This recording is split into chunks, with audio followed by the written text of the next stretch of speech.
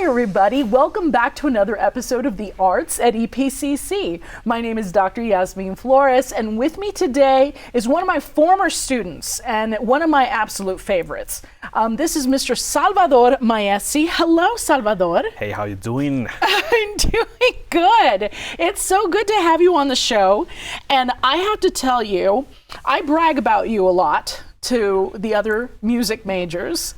Okay, I don't know if that's something good or not, right. But I'll take it. Right. So, you know what I brag about? Your determination and just your dependability, your responsibility, really. Because at the end of the day, as we know, sometimes there are snowflakes. And so sometimes I'm like, stop being so snowflakey. And so I do tell them about a young man that I once had named Salvador. That's flattering. Yes. And you have a friend in one of my classes right now, Juan Alejandro. Okay. Yes, he knows you, and he spoke very highly of you as well. He said, well, Salvador, and I'm like, yes, Salvador, right? Okay, maybe he's mistaking me, but I'll take it. I mean, at this point, sure, let's do it. So let's talk about why you came to EPCC, what you studied, and so you were a percussionist. Yes. You still play percussion, but you came to us, and this was, I'm trying to remember what year this was now, 17? I think it was either 16 or 17, but okay. Yeah, somewhere around it. Yes, and I remember your first semester with us because you didn't take music theory right away. You were in lessons, I think it was, and you were performing at the departmental recital. Yeah. Yes, and I remember, and so typically to kind of give everybody at home kind of an idea of essentially what the MUAP classes are. We offer applied lessons in clarinet, saxophone, percussion, guitar, voice, piano, you name it, right? And so you were in these lessons and you were learning about the drum set. Yeah. Now, how long had you been playing the drum set before that? Well, I started playing when I was probably like 10 or 11 years old. So a couple of years ago, let's say. Yes, yeah. And I took lessons, but mostly those were like only rhythm lessons. Just drum set, maybe like small percussions. Okay. But I never took like any harmony, melody, like music theory, no scales, no right. Nothing. So when I got here to EPCC, it was quite a shock for me because I grew up in Juarez, and in Juarez we don't have this. Schools don't teach music, so everything was by my own. And my dad, he helped me get classes for the drums. So it was quite interesting getting here and everyone knowing everything and me just like, hey, you know what? I know how to play the drums. Right. Right. And at the moment, I think I took some counseling, but it wasn't the best counseling. I asked around, and you know how things are sometimes. Yeah. But my first semester in music, I never took music theory. I didn't took music introduction, nothing at all. And I entered applied lessons, which was interesting to say the least. Right. Because like I told you, I didn't know basically anything about music. Okay. And I remember my first recital, it was a show, let's say. Yeah, well, so, and I want to kind of talk about that because what I found fascinating, and again, I'm a classical clarinetist, right? And so for us, clarinet is, I won't say it's similar to violin. Violin is a much older instrument, but clarinet is old enough now that we have a lot of classical repertoire. And as a classical clarinetist, it is typical for us to hire a pianist, and we rehearse with the pianist, and then we perform live. Everything's live. We do not perform with recordings that often. If we do, it's usually modern music, right? Like it's like clarinet and tape, you know, and so that's in the title. So what I found fascinating at the time, because this was one of our previous percussion instructors that you had, Ben Guerrero, who is tremendous. I think it was Mr. Cuellar. Was it Irving already? Yeah, I think it was Irving. Oh, okay. So I thought you were on the tail end of, okay, Well, he's still with us. Yeah, Great. I saw him the other day. Yeah. Well, good. Great teacher. I really appreciate He's it. wonderful. He is. We are very lucky to have Irving. So, and I've also done a part of a show with Irving, and he was a great guest to have. We talked about the concert band, and so yeah, He has charisma. Yes, he does. He's got a beautiful personality. I love to talk to him. So you took with Irving Cuellar, and I remember that performance because you were playing with a video recording, right, in the background. Yeah. And it was more like pop rock kind of music. Yeah, nothing classical at all. Right. But with drum set, of course it's not going to be, right? Mm-hmm. But what I loved about it was that it really helped to incorporate that element that a lot of students crave. Because I am very old school, and I do need to probably freshen some things up because it's starting to get old. That's just a suggestion. Right, yeah, exactly. You may want to, join us in the 21st century. So when I found it very fascinating because it's a song that you probably are familiar with. It's a song that you like, and so you were very. So the focus was technique, right? So tell us a little bit about that first semester and some of the technique that you learned on drum set. It was an interesting semester. Like I told you, I haven't taken any theory classes.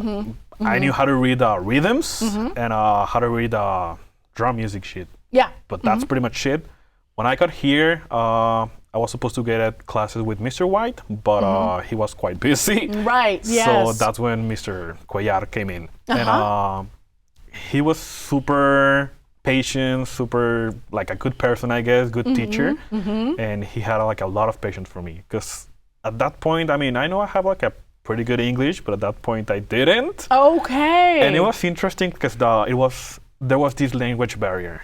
Because I didn't know like the specific terms or like the terminology for music. Now I do, thanks to like all you guys. But it was interesting. He had a lot of patience. He had like, I don't know, I couldn't describe it. It was like a special moment when I had to take lessons. Because I don't know if the people seeing us know, but we have like cubicles, like booths for practicing. Oh, and okay. Getting into those booths, it was like, okay, well, this is for real. This isn't a movie. Because when I first enrolled in music, it was actually funny. I don't know if you've seen this movie called Whiplash. Oh, yeah. I saw the movie and I had a band at the time and I was like, you know what? I want to do that. All right. You're fine. And that's what I joined. And it's funny, isn't it? And when I got into the booth with Mr. Cuellar, it was like, okay, I'm making it. I'm already here. Yeah. He taught me a little bit about scales. He taught me just a little bit about chords. With mallets playing the marimba, the xylophone. And it was a whole new world for me. And I really appreciate all that experience. But when playing in the recital, I remember we had to get like a signed form from our instructor.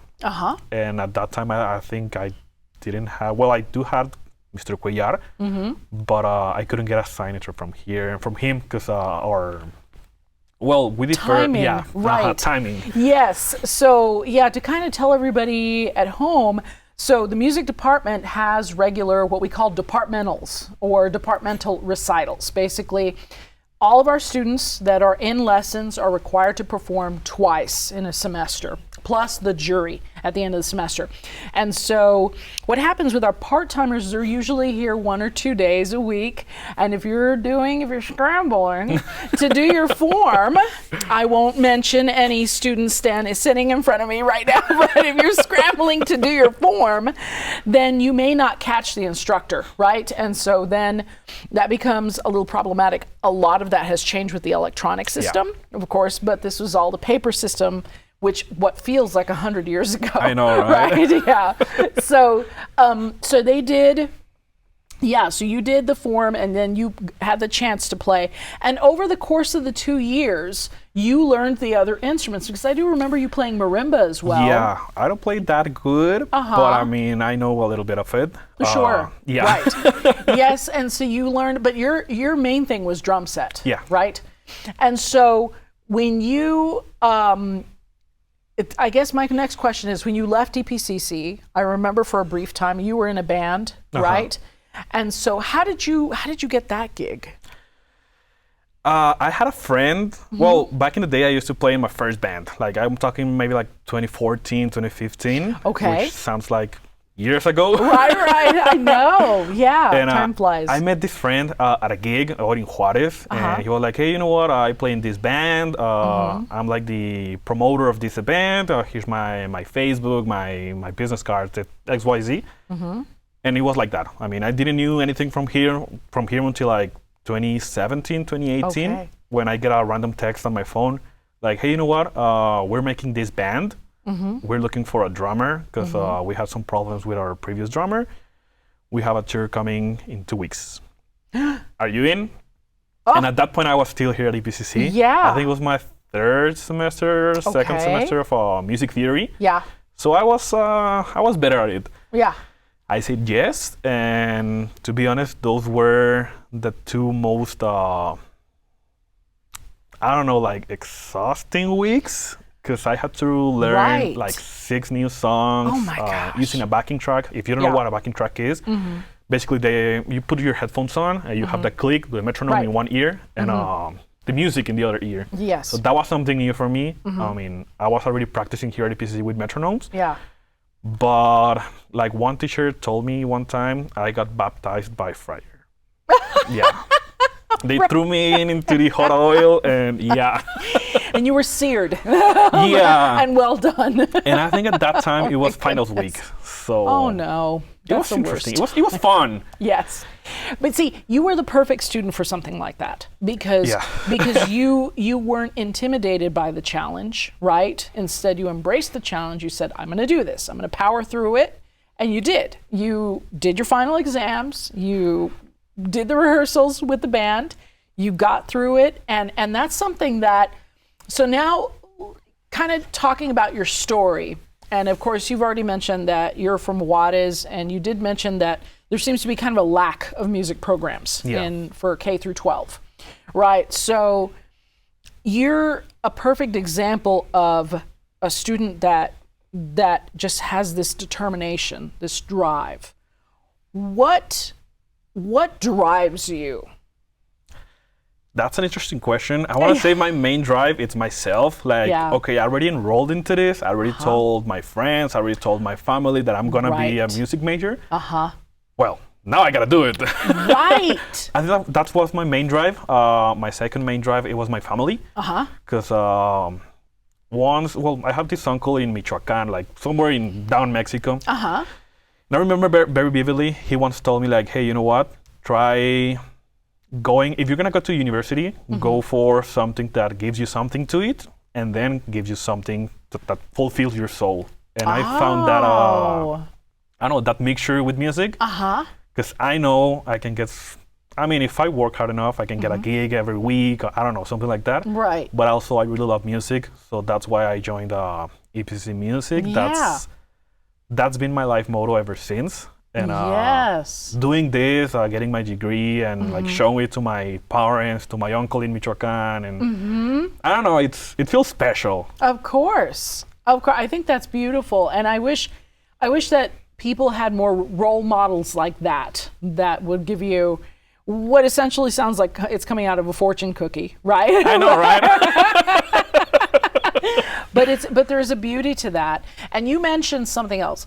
So you put the pressure on yourself by telling a lot of people. Yeah. There's a book called The Secret. Have you ever read The Secret? I haven't. Okay, there's also a movie. So if you don't want to read the book, just watch the movie. Okay. And I think you can find it on YouTube actually. But it's basically, the book is about, and it's a very short book. It's like 5 words per page or something. I'm like, what did I just spend my money on?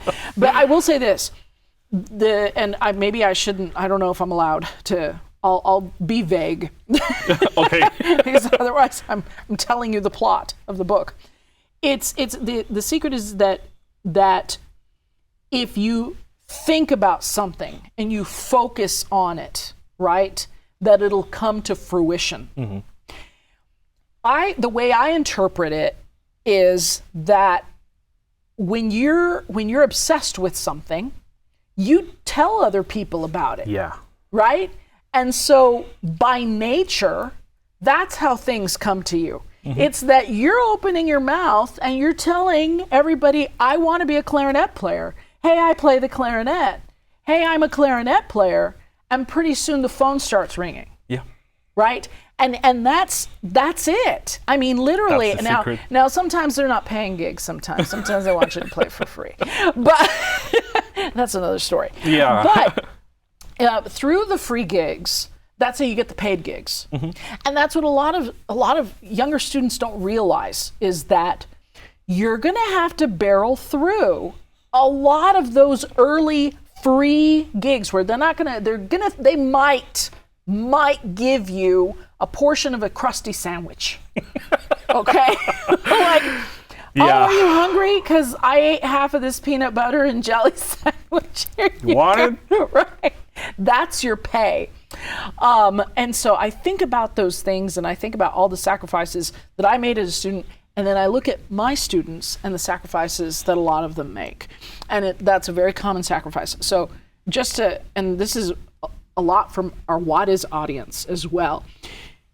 So let's think about something for a moment. The bridge. Interesting place to be. Wow. Yeah.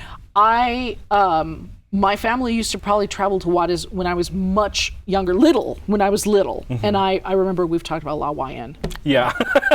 Wonderful place if you ever go to Juarez. I know. I love La Huayen. It was the oyster wings. Oh, those are good. I keep trying to bribe Salvador to bring me oyster wings from La Huayen. Anyway, so I remember the commute, and especially on a weekday morning, if you were not in line by like 4 or 5 a.m., yeah, you weren't going to make it to El Paso until 9 a.m. Because, and the worst is in the summer in the afternoon, because it's just asphalt, right? Yep. And it's hot. It's scorching. And it's crowded. Right. Crowded, hot, scorching. I mean, I'm thinking back to the 1980s and our little car that we had in the 1980s when we would travel. And it was, and you felt sorry for, of course, also, which is kind of veering off topic, but the children that were out there selling candies and, whatever, hats, shirts, whatever they were trying to sell. And they're just in this scorching hot heat, because never mind, you're in an air-conditioned car. You can get through it. If the car starts to overheat, you turn it off, roll down the windows, try to work it out. You know what I mean? But you have the shade, of course, of the car itself, and then the poor kids that were always and you know what they did sell that I miss? The candies, the burnt peanuts. Burnt peanuts. That's what we. Oh, like the red ones. Yes. Garampiñados. What? I know, right? Yeah, they still sell them. What, say it again? Garampiñado. There you go. Oh, yeah. I love those.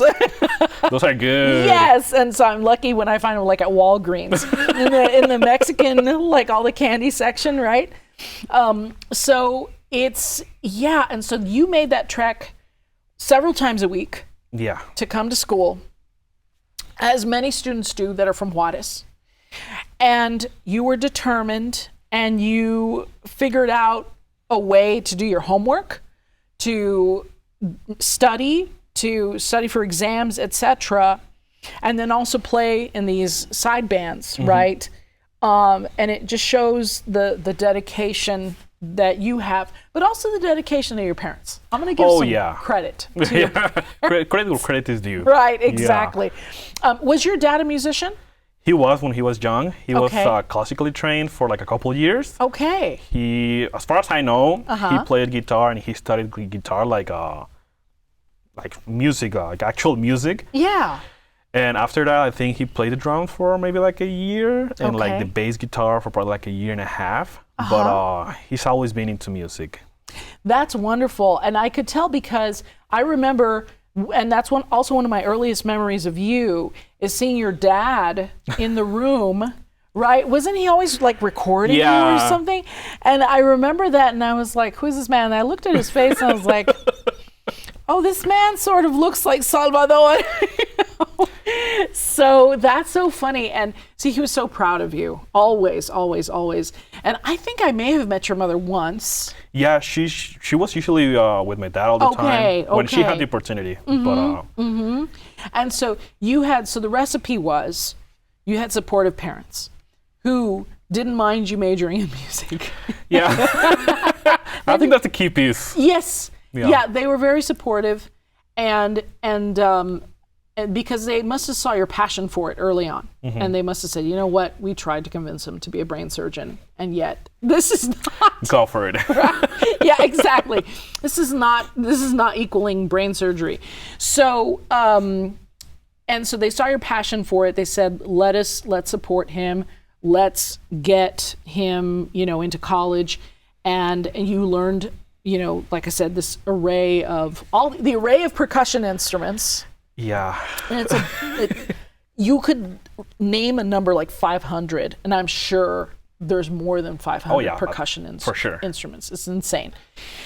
And so, so my question is, what do you see yourself doing with this degree in 10 years?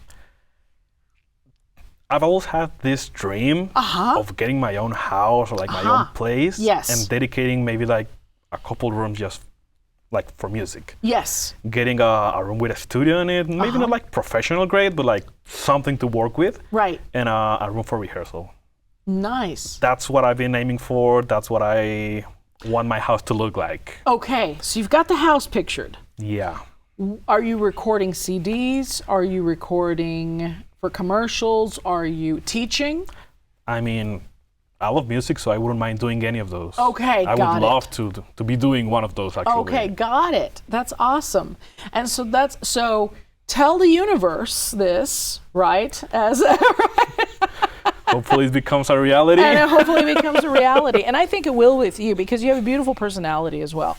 And that's also something that we have to sell ourselves. And that's something that another element that is not discussed enough amongst musicians, the entrepreneurship side of music that is selling yourself, like especially when you have to go and teach lessons. That's a great example. I'll tell you a funny little story. I lived in Atlanta for what felt like 5 minutes. I was living in Iowa. It was stupid cold. Like, cold is cute. This morning it was cold. Did you feel it? Like, I have sandals on. I felt it. I was like, but it's going to get warmer. So I'll be all right, right? Might have been 49 degrees this morning, maybe 50. I can deal with that. It's bearable. -8, not so much. -8 was cute. Right. -8 was like, oh, this is winter. Oh. Wow. Thank you so much. I'm going to get on the plane. Okay, you guys take care. That was fun. I experienced winter in Iowa. That was 3 years. So when I was leaving Iowa, when I was done with my classes, my coursework for my doctorate, I said, I'm gonna get too cold. Yeah. So I kind of threw a dart at the map. Not literally, but I said, okay, LA, Atlanta, Miami, or New York. Those are my options. I didn't want to go to Nashville so much. I was like, Dallas, oh, come on. We're from Texas, so Dallas is kind of, it's overrated for us now. We're like 10-minute drive. Right, yeah, exactly, exactly. And so I wound up with Atlanta. And so I moved. I packed everything. I threw away. Now I'm admitting things that I shouldn't be admitting. I threw away clothing because I couldn't. The car was packed to the rafters. I mean, there's a point where you can. Right, you just have to let it go. Yeah. And I had a friend of mine that was going to drive with me because we drove from Iowa City down to Atlanta. Okay. Which was a long haul. And so I thought, I'm not going to do this haul by myself. So I invited my friend. And he was not willing to carry anything in his lap or anything that was in front of him. Right. And so he was like, no, girl, I'm not going to carry anything. It's like, you don't mind putting a lamp like right there? I mean, just a lamp, just a briefcase. For 9 hours or whatever it was, right? And so he was like, no. And so I started throwing stuff away. But I made it to Atlanta. And when I was down in Atlanta, I started to visit some of the local high schools. And that's where you have to, if you're going to start a studio, you have to start with the band directors, right? And so you have to sell yourself. And so at the time I was almost doctor. I was ABD, right? And so I was like, I have my master's, I have my bachelor's, I study clarinet, blah, blah, blah, whatever. And that's what you got to do to get your foot in the door. You start with the one student, you start with the two students, and you start to kind of build on that. And so, like I said, that trip didn't last too long. It was in 2008, the year that the stock market crashed. Oh my God, perfect year. Oh yeah, it was perfect, all right. And so it was like wonderful. So I was looking for side work. I was looking for a regular job while I built the studio, right? Couldn't find a job. Couldn't find a job. No, they were laying people off. So this is Wendy's, this is McDonald's. Like I couldn't find anything. And then the awkward thing too that happens is when you do have the degrees, those places don't want to hire you. Yeah. Yes. Before I continue on our adventure, I want to say that you are watching The Arts at EPCC. I am interviewing a former student of mine, Mr. Salvador Maese, and we are at the end of our first segment, but if you would like to join us for the second segment of this interview, we would love to have you. So go grab a little snack and come back, okay? Thank you.